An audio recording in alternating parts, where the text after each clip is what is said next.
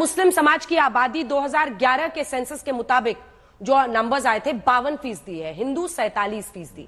वहां मुस्लिम बहुसंख्यक है। आप पुलिस पर मौत का आरोप लगा रहे हैं। पुलिस कह रही है कि 9mm पिस्टल की गोली से नहीं मरे हैं मरने वाले, वो 315 बोर वाली देसी कट्टे से मरे हैं। पोस्टमार्टम रिपोर्ट ये बता रहा है। पत्थरबाजी वहां पर कौन कर रहा था ये दिख रहा है। सीसीटीवी को कौन तोड़ रहा है। नकाबपोश 2000 लोग पहुंचते हैं, तब आपको साजिश नहीं दिखती सर। मैडम एक बात सुन लीजिए, पोस्टमार्टम रिपोर्ट आपके ने है तो आप मुझे पहुंचा दीजिए प्लीज। कौन सी पोस्टमार्टम रिपोर्ट आएगी इतनी जल्दी? वही बात है, फॉरेंसिक ऐसा कि तो पोस्टमार्टम रिपोर्ट आएगी। अच्छा, कट्टे से मार रहे हैं, एक दूसरे को मारेंगे और मार के मर गए, क्या कितना झूठ बोलेंगे आप? अरे अगर पुलिस को गोली लगती तो हम बोल सकते डिबेट के पॉइंट पे, नहीं एक दूसरे को कट्टे से मार लिए। कुछ भी आप बताइए, 17 साल का बच्चा उसमें मर गया जिसका नाम था कैफ। अजमेर शरीफ ख्वाजा गरीब नवाज की दरगाह में शिव मंदिर होने का दावा किया जा रहा है और उसी दावे को लेकर क्या बोले हैं असदुद्दीन साहब, यही बात सुनने के लिए हम सब यहाँ इकट्ठा हुए हैं।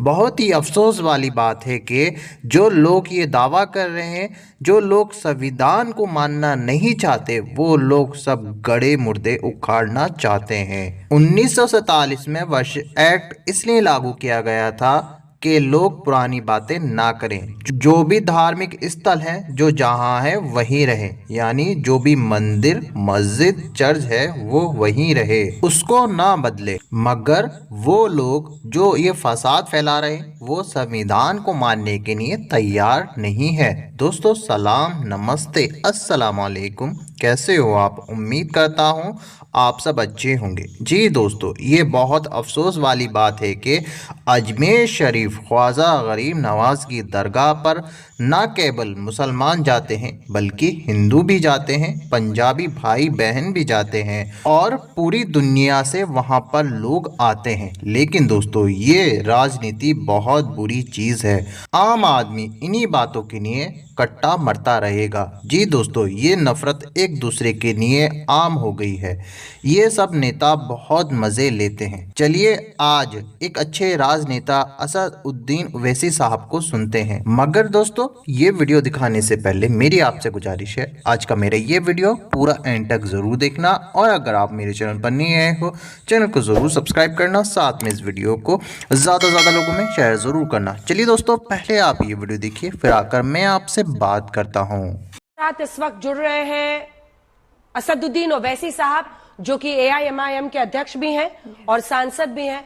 आपने पूछा ओवैसी साहब ये क्या हो रहा है देश में, तो देश में यह हो रहा है कि हिंदू सेना के अध्यक्ष विष्णु गुप्ता की ओर से दायर याचिका को अजमेर सिविल कोर्ट ने स्वीकार कर लिया है। मामले की सुनवाई 20 दिसंबर को तय होगी। अजमेर की ख्वाजा मोइनुद्दीन चिश्ती की दरगाह में संकट मोचन महादेव मंदिर होने का दावा करने वाली याचिका में अब तमाम पक्षों को उन्होंने, जिसमें अल्पसंख्यक मंत्रालय है, दरगाह कमेटी है, भारतीय पुरातत्व सर्वेक्षण विभाग यानी ASI है, नोटिस भेजा है। सुनवाई होगी। प्रॉब्लम क्या है, आपत्ति क्या है इसमें?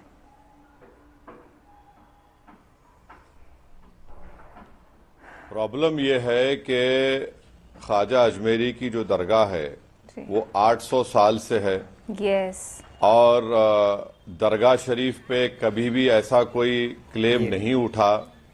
आज आप 800 साल के बाद ये क्लेम कर रहे हैं कि वो दरगाह नहीं है ख्वाजा अजमेरी की। करना क्या चाहते हैं आप? देखिए, दरगाह शरीफ में तो हर साल नरेंद्र मोदी चादर भिजाते हैं, कई प्रधानमंत्री ने चादर भिजाया। हमारे पड़ोसी 2 ममालिक वो डिप्लोमेसी के नाम पर डेलीगेशन भी करते हैं, डेलीगेशन भी जाते, ऑफिशियल डेलीगेशन। मकसद एक ही है कि जितने मुसलमानों की मसाजिद और दरगाहें हैं वहां पर ये तमाम BJP sponsored directly indirectly RSS के जो ये लोग हैं, इनको इस्तेमाल करके एक माहौल पैदा किया जा रहा है। आप क्या ख्वाजा अजमेरी की दरगाह पर कैसे आप बताएंगे? बताइए। अलाउद्दीन खिलजी के जमाने से अगर आप अमीर खुसरो की किताब देखेंगे मैडम, जिसका नाम है खजाइन फुतूहा, उसमें जिक्र है। फिर मुगलों का दौर रहा, उसके बाद मुगल खत्म हुए, मराठाज आए। मराठाज ने जब कमजोर पड़े तो अजमेर को 18,000 रुपये में अंग्रेजों को बेच दिया। फिर जितने राजस्थान के जितने 22 रॉयल फैमिलीज हैं और खुद जयपुर के बादशाह ने 40,000 तोला सिल्वर दिया दरगाह शरीफ को। आप इससे जिन लोगों का कॉन्फिडेंस कोर्ट पर है उस हटाना चाह रहे हैं। आप एक लॉ एंड ऑर्डर का मसला पैदा करना चाह रहे हैं, सोशल इंस्टेबिलिटी आप देश में पैदा करना चाह रहे हैं। और ख्वाजा अजमेरी की जो दरगाह है सुल्तान हिंद की, पूरे दुनिया से लोग आते हैं। बिल्कुल बिल्कुल बिल्कुल। आप मैसेज क्या दे रहे हैं? आपको तो अब यूएस गवर्नमेंट के स्टेट डिपार्टमेंट की फ्रीडम ऑफ रिलीजन की रिपोर्ट की जरूरत ही नहीं है भारत के बारे में लिखने की। इतना बड़ा काम ये लोग कर दिए हैं। आपने तमाम किताब कोट किए, तो मैं भी आपको एक किताब दिखा रही हूं जिसको इस पूरे केस में सबूत के तौर पर पेश किया गया है। Ajmer historical and descriptive, Harbilas Sarda की ये 1911 की किताब, जिसके पन्ने ये चीख चीख कर बता रहे हैं कि वहां पर हिंदू मंदिरों के अवशेष की बात है। पन्ना नंबर 53, बिल्कुल जिसमें 93, जिसमें ये लिखा गया है कि बुलंद दरवाजे के उत्तर के गेट में 3 मंजिला छतरी है। ये किसी हिंदू इमारत के हिस्से से बनी है। छतरी की बनावट हिंदू मूल को दिखाते हैं। पेज नंबर 94, छतरी में लाल रंग के बलुआ पत्थर वाला हिस्सा पुराने जैन मंदिर का है जिसका विध्वंस किया गया। बुलंद दरवाजा, वो दावा है उस किताब के मुताबिक कि जैन मंदिर भी था और हिंदू मंदिर भी था। बुलंद दरवाजा और अंदर की चारदीवारी के नीचे पुरानी हिंदू इमारत या मंदिर के तहखाने में कई कमरे हैं। असल में पूरी दरगाह पुराने हिंदू मंदिर के स्थल पर बनी है। इसी के साथ मंदिर में महादेव की तस्वीर है। परंपरा के मुताबिक तहखाने के अंदर मंदिर में महादेव की तस्वीर है जिस पर रोज ब्राह्मण परिवार पूजा करता था। आज भी दरगाह में घड़ियाली की वो परंपरा है। इस पर धूल डाल दी जाए, This is crazy. इस पर कालीन बिछा दी जाए, क्या एक समाज का हक नहीं है कि वो अपने इतिहास को जान पाए? नहीं तो आप ये कह रहे हैं कि जो किताब में शारदा ने लिखा ट्रेडिशन की बुनियाद पर, कहाँ है प्रूफ? कहाँ है बताइए, क्या है ये?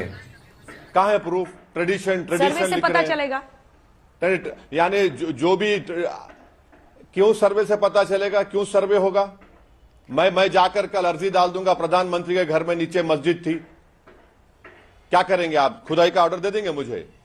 मैं कल जाके बोल दूंगा कि पार्लियामेंट के नीचे कुछ और था, आप खुदाई का ऑर्डर दे देंगे मुझे? मजाक है क्या? देश चलाना कोई मजाक है? कल मैं जाके बोलूंगा कि भाई वहां पर कोई मुसलमान जाके बोलेगा नहीं ये जो जगह किसी इबादत गाह की नहीं है, मेरी है। कहां आप लेकर जाना चाहते हैं देश को? ये इस तरह से आप, कोई भी कुछ लिख देगा, बेवकूफ पागल बातें कोई लिख देगा। ट्रेडिशन क्या ट्रेडिशन है? कौन सा ट्रेडिशन की आप बात कर रहे हैं? इसीलिए मुझे मालूम था कि आप बोलेंगे। मैं आपको 13th सेंचुरी किताब अमीर खुसरो की कोट किया हूं। प्रधानमंत्री जितने हैं वो वहां पर चादर बेचते हैं। आज आकर आप बोल रहे ये होगा? सर आप तो दावे की जो बात कर रहे हैं, नहीं सुनिए ना वैसी साहब, वक्फ वाले यही कर रहे हैं। बिल्कुल सही बात। 2 दिन पहले सर एटा में एक हिंदू परिवार के एंसेस्ट्रल जमीन को वक्फ प्रॉपर्टी कहने के लिए वहां पर एक पूरी भीड़ पहुंच गई, जिस मामले में फरहान और रफीक को अरेस्ट किया गया है। वो उस परिवार पर हमला भी करते हैं कह के ये वक्फ की जमीन है। देखिए मामला क्या है ना, मैं असल बुनियाद पर आती हूँ। आप बार बार 1991 के स्पेशल जो वर्शिपिंग एक्ट है उसको कोट करते हैं। 20 मई 2022 को 91 का जो कानून है धार्मिक स्वरूप पता करने पर प्रतिबंध नहीं लगाता है। सुप्रीम कोर्ट ने कहा कि पूजा स्थल अधिनियम जो है 1991 का, प्लेसेस ऑफ वर्शिप एक्ट 1991, उसके तहत किसी पूजा स्थल के धार्मिक चरित्र का पता लगाना पर प्रतिबंध नहीं है। न्यायमूर्ति DY चंद्रचूड़, न्यायमूर्ति सूर्यकांत और न्यायमूर्ति PS नरसिम्हा की पीठ ने ज्ञानवापी मस्जिद विवाह की 1 घंटे की सुनवाई के दौरान महत्वपूर्ण टिप्पणी करते हुए कहा कि इसने 2019 के अयोध्या फैसले में पूजा स्थल अधिनियम के प्रावधानों पर गौर किया और धारा 3 पूजा स्थल धार्मिक चरित्र सुनिश्चित करने पर स्पष्ट तौर पर रोक नहीं लगाती है। यानी आम भाषा में बोले तो सर्वे पर रोक नहीं है। चरित्र बदलने पर रोक है लेकिन सर्वे पर रोक नहीं है। पहले तो मैडम सुनिए मैडम, पहले मैं बड़ी इज्जत के साथ आपसे अर्ज कर रहा हूं, जो कोई भी आपको लिखकर दे रहा है ना वो नंबर 1 का थम्स अप है। एक ओरल ऑब्जर्वेशन को आप जजमेंट का रोल दे रहे हैं। क्या है मैडम ये? कौन कह रहा है आपको? एक ओरल ऑब्जर्वेशन था ऑन द एक्ट और यही जस्टिस चंद्रचूड़ साहब ने सुन तो ली नहीं। देखिए मैडम, ओरल ऑब्जर्वेशन अलग होता है, जजमेंट अलग होता है। आप ओरल ऑब्जर्वेशन को जजमेंट का आप दे देंगे, तो फिर इसका मतलब नरेंद्र मोदी पर जो हाई कोर्ट ने, सुप्रीम कोर्ट ने कहा था कि रोम जल रहा था और नीरू बांसुरी बजा रहे थे, मैं बोलूं वो तो ओरल ऑब्जर्वेशन था। वो ओरल ऑब्जर्वेशन जजमेंट का स्टेटस नहीं दे सकते आप। मैं आपको बता रहा हूं कि बाबरी मस्जिद के केस में नॉन डिट्रोगेशन के प्रिंसिपल की बात हुई थी, और क्यों हुई थी? भारत जो है आर्टिकल 21 ICESCR का सिग्नेटरी है। बिल्कुल नवतेज का केस है सुप्रीम कोर्ट का। आप खुद कह दिए हैं कि प्लेसेस ऑफ वर्शिप एक्ट में आप नहीं बदल सकते उसको। अब आप मैं कैसे बोलूं? बदलेंगे उसको, बताइए आप। अब मैं बोलूं? क्या सर्वे किस, हाँ अब बोलिए मैं बोलूं? बोलिए।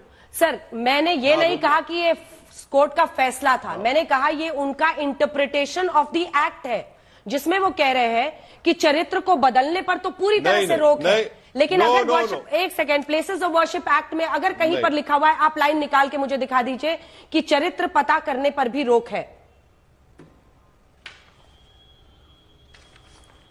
एक बात सुनिए मैडम, जब पार्लियामेंट में कानून बन गया कि 15 अगस्त 47 को जिस किसी समुदाय का रिलीजियस प्लेस होगा वो सील हो गया, कुछ चेंज नहीं होगा। यस। जब वो सील हो चुका है तो एसेटन की कहां बात आ रही है? आप तो पार्लियामेंट के जो कानून बनाने के तरीके से आगे जा रहे हैं, और वो एक ओरल ऑब्जर्वेशन को आप जजमेंट का रूप दे रहे हैं। आज भी सुप्रीम कोर्ट में पेंडिंग है वो, और सुप्रीम कोर्ट सुनवाई करेगा उस बारे में। सर, मैं तो कह रही हूं अगर उस एक्ट में, किस लिए रहेगा फिर? एक्ट में अगर ये लूपहोल है तो आप बैरिस्टर हैं, आप कुछ कीजिए ना, जाइए ना इन लोगों की बिना पर आपके। देखिए, मेरा अब असल सवाल पर आते हैं, वैसे साहब को मेरे साथ दिखाइए एक बार असल सवाल सर, और एकदम दो टूक सवाल पूछ रही हूँ, सीधा सवाल। मैं बोलता हूं। पहले सुनिए सर, सवाल सुनिए please sir, please listen to my question. My question is कि जब एटा में वक्फ की जमीन है, ये परिवार की जमीन नहीं है, ये वक्फ की जमीन है, ऐसा कहकर भीड़ हमला कर देती है, तब कुछ नहीं बोलना है। लेकिन अगर हिंदू पक्ष कोर्ट में जाके कहता है कि हमें सर्वे करने दीजिए, हमें पता करने दीजिए कि ये मस्जिद थी या मंदिर था, तो ऐसे में ये गलत है, ये कैसे चलेगा सर? बिल्कुल चलेगा, क्योंकि भारत की सबसे बड़ी पंचायत लोकसभा राज्यसभा ने कानून बना दिया है। आप कानून के खिलाफ कैसे जाएंगे? अब रहा सवाल वक्फ की प्रॉपर्टीज का, तो आप सीओ को बुला लीजिए उत्तर प्रदेश के, जो भी है शिया सुन्नी के, उनसे पूछिए। अगर वक्फ की प्रॉपर्टी है तो वक्फ की प्रॉपर्टी है। पंजाब हरियाणा हाईकोर्ट का 2 दिन पुराना जजमेंट है कि अगर उसका गजीट है कि वो वक्फ है तो वक्फ रहेगा वो। पंजाब हरियाणा हाईकोर्ट का 2 दिन पुराना जजमेंट आपको बोल रहा हूं मैं। आप देखिए, आप ये बताना चाह रहे हैं कि हम पूरे मुसलमानों की जितनी मसाजिद दरगाह हैं वो गलत है, ये बोल दीजिए ना, ये बोल दीजिए कि हाँ पूरी गलत है, तो फिर कानून क्यों है? कानून को हटा दीजिए आप। मैं जिस दिन आपके प्रोग्राम पर आया था, जब बाबरी मस्जिद राम मंदिर जजमेंट आया था, आप प्रोग्राम उठाकर देखिए, मैंने आपसे कहा था कि देखना इस जजमेंट जो गलत है, आस्था की बुनियाद पर दिया गया, इसमें कई मसले खुल जाएंगे। आज मैडम मैं आपको बता रहा हूं, 15 ऐसे दरगाह और मसाजिद पर केस पड़ चुका है। ज्ञानवापी है, मथुरा है, आपके सलीम चिश्ती की दरगाह है, ख्वाजा अजमेरी की दरगाह है, खुव्वतुल इस्लाम की मस्जिद है, और क्या है, कर्नाटका में बाबा बुदरंगी दरगाह चिकमंगलूर है, कमाल मौला की मस्जिद है, मध्य प्रदेश से 15 इश्यूज पैदा हो गए। सर्वे का ऑर्डर तो सिर्फ अभी तक 4 जगह ही है सर। दरगाह नहीं है। सर्वे का ऑर्डर तो 4 ही जगह है। एक तो शाही जामा मस्जिद संभल में जहां पर 2 दिन सर्वे हुआ है, ज्ञानवापी मस्जिद जहां पर 2 दिन सर्वे, भोजशाला धार मध्य प्रदेश जहां 98 दिन सर्वे हुआ है, श्री कृष्ण जन्मभूमि शाही ईदगाह जो मस्जिद मथुरा है वहां पर सुप्रीम कोर्ट ने फिलहाल रोक लगा दी है, लेकिन सर्वे के ऑर्डर्स यहीं पर आए थे। मैं तो ये कहती हूं सर, आप इतने काबिल बैरिस्टर हैं, आप क्यों नहीं वकील बनकर दूसरी तरफ से लड़ते हैं? या आपके लिए भी सिर्फ ये पॉलिटिक्स को उकसाने का माध्यम है? क्योंकि यही आरोप आप बीजेपी पर भी लगाते हैं ना, आरएसएस पर लगाते हैं। नहीं, ये जो मोदी सरकार तो सुप्रीम कोर्ट में 91 प्लेस ऑफ वर्शिप एक्ट पर केस पड़ा, अपना जवाब ही नहीं दाखिल कर रही है। जवाब दाखिल करने के लिए बोलिए। अब आपको एक एग्जाम्पल बताता हूं, ये एक्ट का कैसे इस्तेमाल गलत करने की कोशिश की जा रही है। संभल की मस्जिद का मामला है, वहां पर क्या किया पिटिशनर ने? सबसे पहले तो जो पिटिशनर है, जो लॉयर है, वो उत्तर प्रदेश सरकार का स्टैंडिंग काउंसिल है, उसको परमिशन मिला नहीं मिला अलग वो बताएगा। उन्होंने क्या कहा कि हमको राइट ऑफ वे चाहिए मस्जिद में। अब मेरे को आप बताइए मैडम, अगर कोई राइट ऑफ वे चाहता है तो सर्वे की क्या जरूरत उसमें? उनका प्रेयर पढ़ लीजिए, प्रेयर में लिखा है राइट ऑफ वे चाहिए।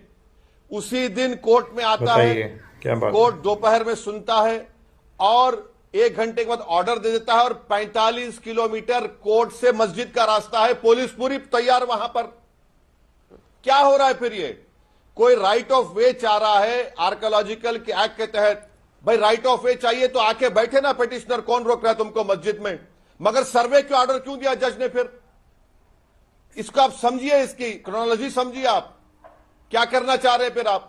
दंगे। अच्छा, मथुरा की आप बात किए, 1965 में हिंदू और मुसलमानों ने बैठकर तस्वीर कर लिया।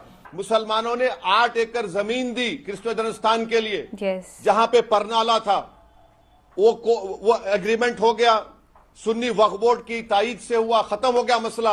अब 2023 में उसको खोलते हैं कि नहीं, वो हिंदू कौन थे जो ये तस्वीर करने वाले हैं? कि यही बचा है इस देश के लिए? गरीबी मुद्दा नहीं है, बेरोजगारी मुद्दा नहीं है, यही आप लड़ाएंगे हिंदू मुसलमानों को, बीजेपी आरएसएस वाले इस नाम पर?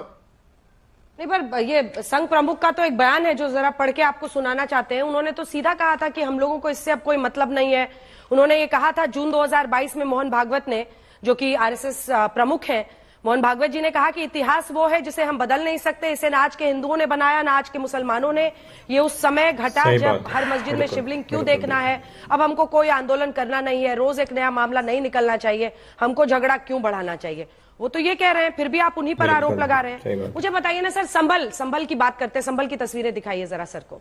संभल में मुस्लिम समाज की आबादी 2011 के सेंसस के मुताबिक जो नंबर्स आए थे 52% है, हिंदू 47%। वहां मुस्लिम बहुसंख्यक है।